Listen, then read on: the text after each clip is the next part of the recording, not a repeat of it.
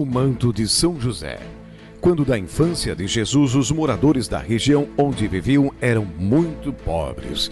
E sendo José carpinteiro, tendo pena deles, fazia móveis e utensílios, cobrando quase nada de lucro. Somente o mínimo para o sustento de Jesus e Maria e a muitos. Nada cobrava, para saber que não tinham como pagar. Por aqueles dias, São José devia dirigir-se às montanhas de Hebrom, onde tinha combinado comprar uma carga de madeira, mas vinha adiando a partida dia após dia, na tentativa de reunir o dinheiro necessário. Porém, em vão. Os dias passavam e José não conseguira reunir senão metade do dinheiro. E o caso é que já não podia esperar mais. Era preciso servir os clientes e, portanto, ir buscar a madeira. Se vos parece bem, disse-lhe a Santíssima Virgem, a sua amada esposa, pedirei emprestado aos parentes o dinheiro que falta.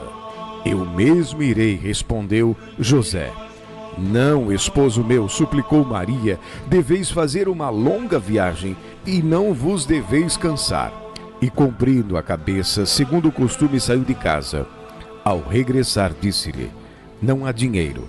Eu pedi em várias casas, e todas as desculpavam.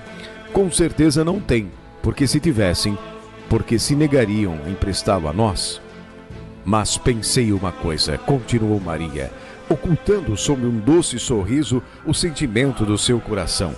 Pensei que podeis deixar o vosso manto como garantia, até poder pagar, e com isso o dono da madeira com certeza dar-se-ia por satisfeito.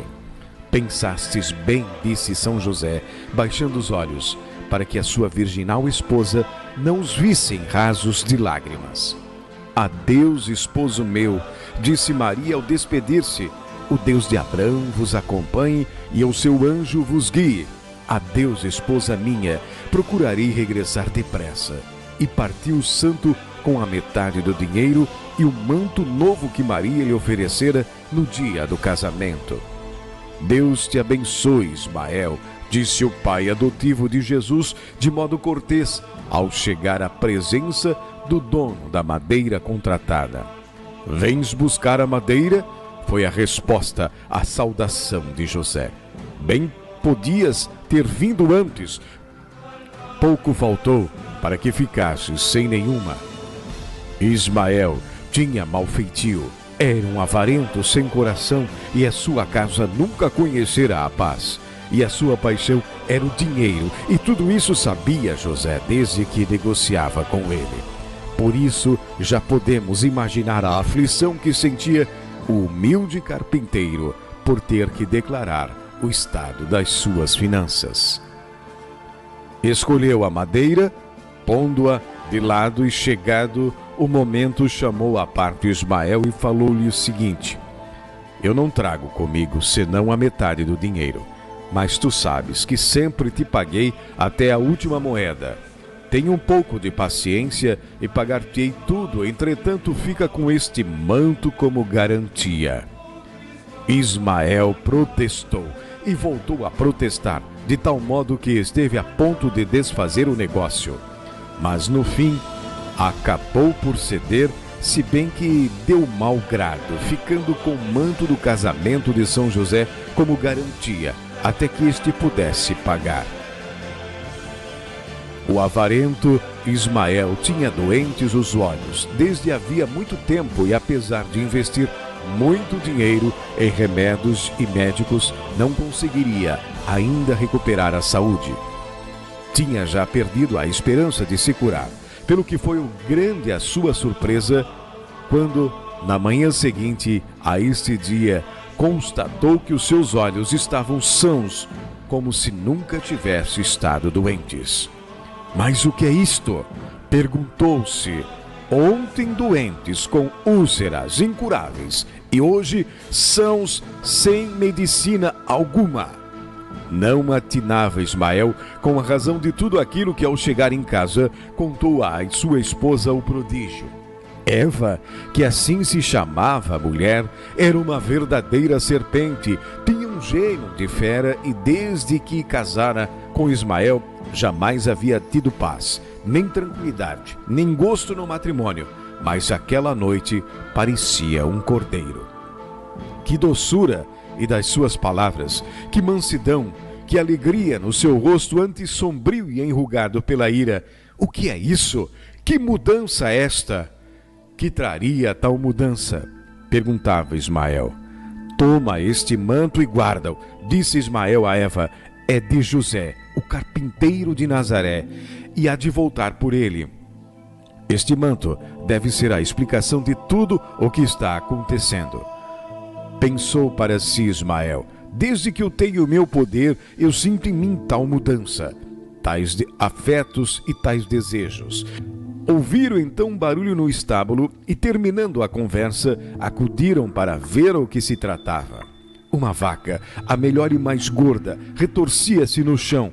Pobre animal! Apesar dos remédios que ambos os esposos lhe administravam, não melhorava. Pelo contrário, parecia ir a pegar-se a qualquer momento e morrer. Lembrou-se então Ismael do manto de José e comunicou a Eva os seus pensamentos. Nada tinham a perder, mas se a vaca se curasse, saberia que o manto era a causa da sua sorte e do bem-estar que desfrutavam.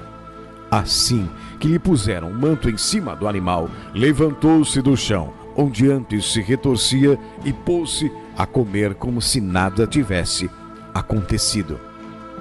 Vês, diz Ismael, este manto é um tesouro. Desde que está em nossa posse somos felizes. Conservemos este presente dos céus. Não nos desprendamos dele, nem por todo o ouro do mundo. E não devolveremos ao dono? Perguntou Eva, inquieta. Não lhe devolveremos, respondeu Ismael resolutamente. Então disse a Eva: vamos comprar-lhe outro melhor que este no mercado de Jerusalém, e se parece bem, iremos os dois levar-lhe. Sim, respondeu o marido, eu perdoo-lhe a dívida e estou disposto a dar-lhe daqui em diante toda a madeira que ele necessitar. Não dissestes que tem um filho chamado Jesus? Levar-lhe-ei presente um par de cordeiros brancos e um par de pombas alvas como a neve. E a Maria, azeite e mel. Parece-me bem, esposo meu. Amanhã iremos a Jerusalém e dali a Nazaré.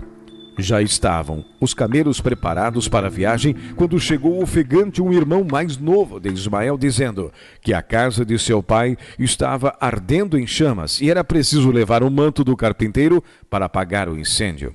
Não havia tempo a perder. Os dois irmãos correram precipitadamente para a casa do pai e, ao chegar, cortaram um pedaço do milagroso manto e atiraram-no no fogo.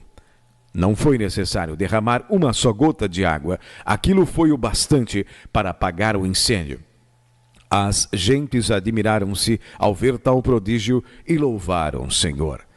O que aconteceu? Perguntou Eva ao vê-los de volta. Já extinguiu o fogo? Sim, respondeu o esposo satisfeito, um pedaço de manto bastou para realizar o milagre. Dias depois, apeavam-se dos camelos à porta do carpinteiro de Nazaré. Ismael, o antigo avarento, e Eva, sua esposa, vinham cheios de humildade e prostraram-se aos pés de José e Maria.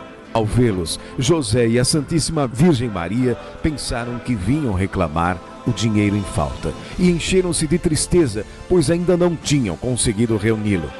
Mas, ao entrarem na casa onde José e Maria e o menino Jesus se encontravam, puseram-se ambos de joelhos e, tomando Ismael a palavra, disse: viemos, minha esposa e eu, agradecer-te pelos imensos bens que recebemos do céu desde que me deixasses o manto como garantia. E não nos levantaremos daqui sem obter o teu consentimento de ficarmos com ele, para que continue a proteger a minha casa, o meu casamento, os meus interesses e os meus filhos. Levantai-vos, disse José, estendendo as mãos para os ajudar. Ó santo profeta, respondeu Ismael num arrombo espiritual, permite-me, ao teu servo, que fale de joelhos e ouve essas palavras. Os meus olhos estavam doentes e o teu manto curou-os. Era altivo, rancoroso e homem sem coração, e converti-me a Deus. A minha esposa estava dominada pela ira e agora é um anjo de paz.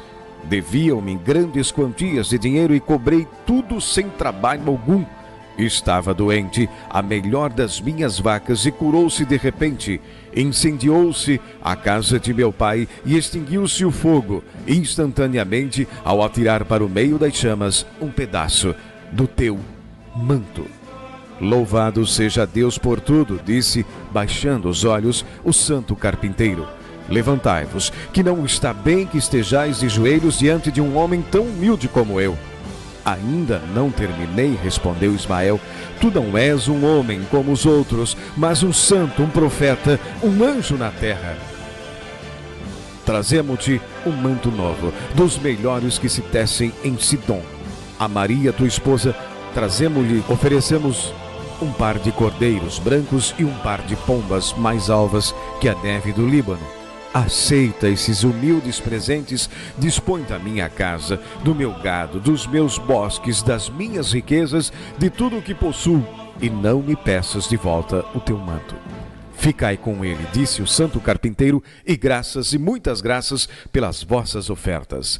E enquanto se levantavam do chão e aproximavam os presentes, disse-lhes Maria: sabei, bons esposos, que Deus determinou benzer todas as famílias que se coloquem sob o manto protetor do meu santo esposo. Não vos espantem, pois os prodígios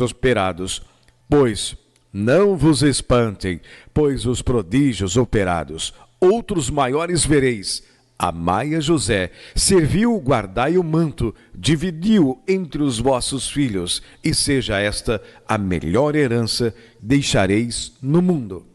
E é sabido que os esposos, as famílias que guardaram fielmente os conselhos da Santíssima Virgem Maria e foram sempre felizes, assim como seus filhos e os filhos dos seus filhos.